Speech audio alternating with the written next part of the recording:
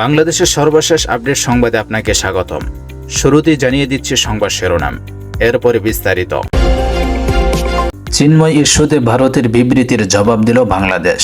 চিন্ময় কৃষ্ণ দাসের গ্রেফতারের উদ্বেগ জানিয়ে যে বিবৃতি দিয়েছে ভারতের পররাষ্ট্র মন্ত্রণালয়, তার পাল্টা বিবৃতি দিয়ে বাংলাদেশ বলেছে, যেভাবে বাংলাদেশের অভ্যন্তরীণ একটি বিষয় চিন্ময় দাসের গ্রেফতারের বিষয়টি নিয়ে কোনো মহল ভুলভাবে উপস্থাপন করছে, তাতে বাংলাদেশ হতাশা ও দুঃখ প্রকাশ করছে। ডক্টর ইউনূসের সঙ্গে বৈঠকে কি কথা হলো জানালেন মির্জা ফখরুল ইসলাম আলমগীর। আরও জানিয়ে দিব, ভারতের প্রেসক্রিপশনে বাংলাদেশে অশান্তি করছে ইসকন। আইনজীবী সাইফুল ইসলাম আলিফ হত্যাকাণ্ডে জড়িতদের 24 ঘন্টার মধ্যে গ্রেফতার ও ইসকন নিষিদ্ধের দাবি জানিয়েছেন বৈষম্য বিরোধী ছাত্র আন্দোলনের আহ্বায়ক হাসনাত আবদুল্লাহ। সর্বশেষ জানিয়ে দিব, চিন্ময় ইস্যুতে ভারতের উদ্দেশ্যে যা বললেন উপদেষ্টা নাহিদ ইসলাম। এতক্ষণ শুনছিলেন সংবাদ শিরোনাম, এখন বিস্তারিত। চিন্ময় ইস্যুতে ভারতের বিবৃতির জবাব দিল বাংলাদেশ।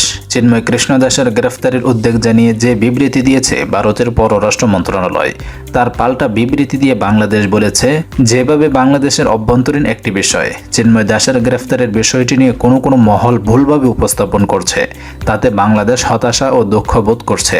এ ধরনের ভিত্তিহীন বিবৃতি শুধুমাত্র ঘটনাটিকে ভুলভাবে তুলে ধরছে না, বরং প্রতিবেশী দুদেশের মধ্যে যে বন্ধুত্ব এবং বোঝাপড়া সম্পর্ক রয়েছে তার মনোভাবের বিরোধী। গত মঙ্গলবার 26 নভেম্বর রাতে পররাষ্ট্র মন্ত্রণালয়ের এক বিবৃতিতে এসব কথা বলা হয়েছে। পররাষ্ট্র মন্ত্রণালয়ের বিবৃতিতে বলা হয়েছে, বাংলাদেশ গভীরভাবে বিশ্বাস করে কোনো রকম ব্যত্যয় ছাড়াই প্রত্যেক ধর্মের মানুষের তাদের ধর্মীয় উৎসব রীতিনীতি পালনের বা মত প্রকাশের অধিকার রয়েছে। অন্য সব নাগরিকের মতো বিশেষ করে ধর্মীয় সংখ্যালঘু সম্প্রদায়ের সদস্যদের রক্ষা করা বাংলাদেশ সরকারের অন্যতম দায়িত্ব।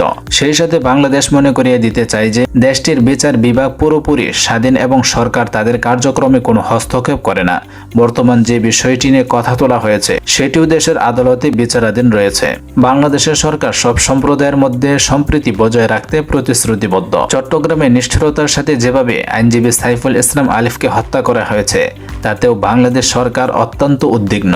যে কোনো মূল্যে বন্দর নগরীতে ধর্মীয় সম্প্রীতি বজায় রাখার জন্য সরকার সেখানে নিরাপত্তা আরও জোরদার করছে।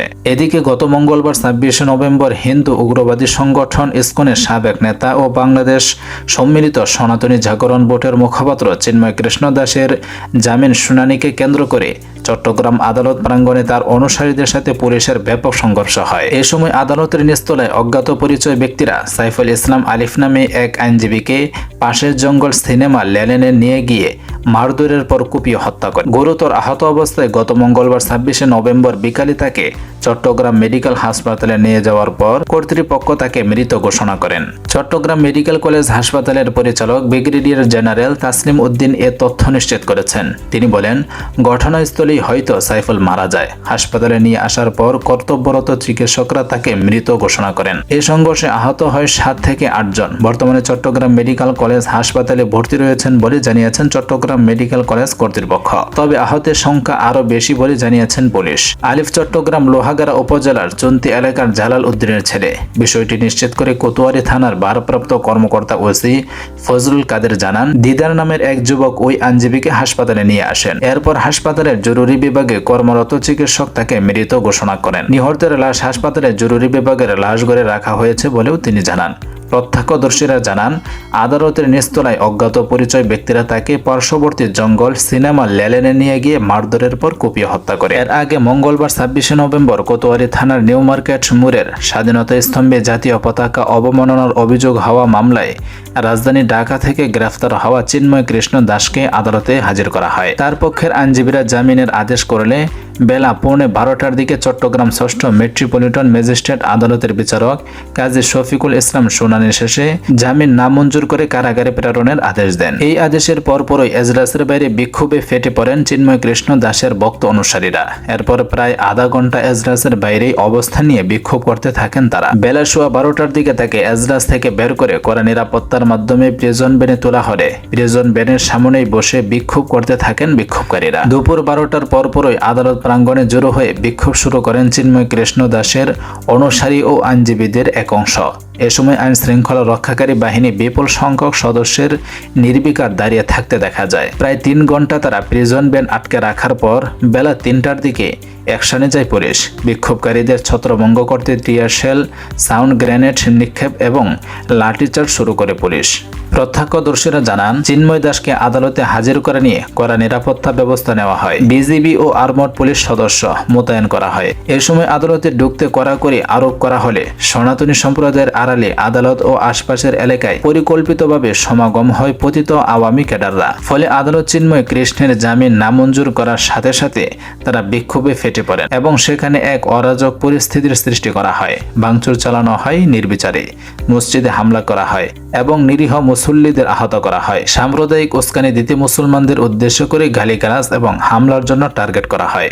পাশাপাশি তারা প্রিজন ভ্যান আটকে চিন্ময় কৃষ্ণকে ছিনিয়ে নেবার চেষ্টা করে। এই সময় তারা জয় শ্রীরাম, দালালের গালে গালে, জুতা মারো তালে তালে, জেলের তালা ভাঙবো, চিন্ময় প্রভুকে আনবো, কুরুক্ষেত্রের হাতিয়ার, গর্জে ওঠুক আরেকবার, এসব স্লোগান দিতে থাকেন। তাদের পরিকল্পিত উস্কানিমূলক তৎপরতার মাঝেও আইন শৃঙ্খলা বাহিনী ছিল একেবারে শান্ত। তাদের বুঝিয়ে সরে যেতে বলে, কিন্তু কোনো কিছুতেই যেন কাজ হচ্ছিল না। এক পর্যায়ে আইন শৃঙ্খলা বাহিনীর সদস্যরা মৃদু লাঠিপেটা করে এবং গ্যাস গান ছুড়ে তাদের ছত্রভঙ্গ করে দেয়। উল্লেখ্য, কোতোয়ালি থানার নিউ মার্কেট মোড়ের স্বাধীনতা স্তম্ভে জাতীয় পতাকা অবমাননার অভিযোগ হওয়া মামলায় চিন্ময় কৃষ্ণ দাসকে গত সোমবার 25 নভেম্বর বিকাল 4:30টার দিকে রাজধানীর বিমানবন্দর এলাকা থেকে গ্রেফতার করে ঢাকা মহানগর গোয়েন্দা ডিবি পুলিশ। এরপর মঙ্গলবার ভোরে তাকে চট্টগ্রাম নেওয়ার পর চট্টগ্রাম মেট্রোপলিটন পুলিশের সিএমপির কাছে হস্তান্তর করা হয়। তারপর বেলা 11:30টার দিকে তাকে চট্টগ্রাম আদালতে নেওয়া হয়।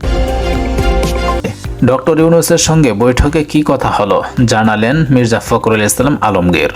অন্তর্বর্তী সরকারের প্রধান উপদেষ্টা ডক্টর মোহাম্মদ ইউনূসের সঙ্গে বৈঠক করেছেন বিএনপির মহাসচিব মির্জা ফখরুল ইসলাম আলমগীর সহ শীর্ষ কয়েকজন নেতা। গত বুধবার 27 নভেম্বর সন্ধ্যায় রাষ্ট্রীয় অতিথি ভবন যমুনায় তারা এ বৈঠক করেন। বৈঠকে ডক্টর ইউনূসের সঙ্গে কি কথা হয়েছে তা নিজের ভেরিফাইড ফেসবুকে তুলে ধরেছেন মির্জা ফখরুল ইসলাম আলমগীর। তিনি বলেন, আমরা মাননীয় প্রধান উপদেষ্টাকে বলেছি, এখন বিভাজনের সময় না। সব দলের সঙ্গে আলোচনা করে জাতীয় ঐক্য গড়ে তোলার পরামর্শ দিয়েছি। এছাড়া চলমান বিশৃঙ্খলা নিরসনে প্রয়োজনীয় ব্যবস্থা নিতে আমরা বলেছি। প্রয়োজনীয় সংস্কার শেষে নির্বাচনের রোডম্যাপ ঘোষণা করতে হবে। বৈঠক শেষে বেরিয়ে সাংবাদিকদের বিএনপির মহাসচিব বলেন, গত কয়েকদিনের কর্মকাণ্ড নিয়ে আমাদের দলের পক্ষ থেকে যে উদ্বেগ, সেই উদ্বেগের কথা প্রধান উপদেষ্টাকে জানাতে এসেছি। আমরা আশা করি প্রধান উপদেষ্টা এই বিষয়ে দ্রুত ও শান্তিপূর্ণ সমাধানের ব্যবস্থা করবেন। আমরা একই সাথে জনগণের যে দুর্ভোগ হচ্ছে, বিশেষ করে দ্রব্য মূল্যের ঊর্ধ্বগতি, এই বিষয়ে তাদের সামনে তুলে ধরেছি। টিসিবির ট্রাকগুলো বাড়ানোর কথা বলেছি, এলাকা ভিত্তিক বাড়ানোর কথা বলেছি।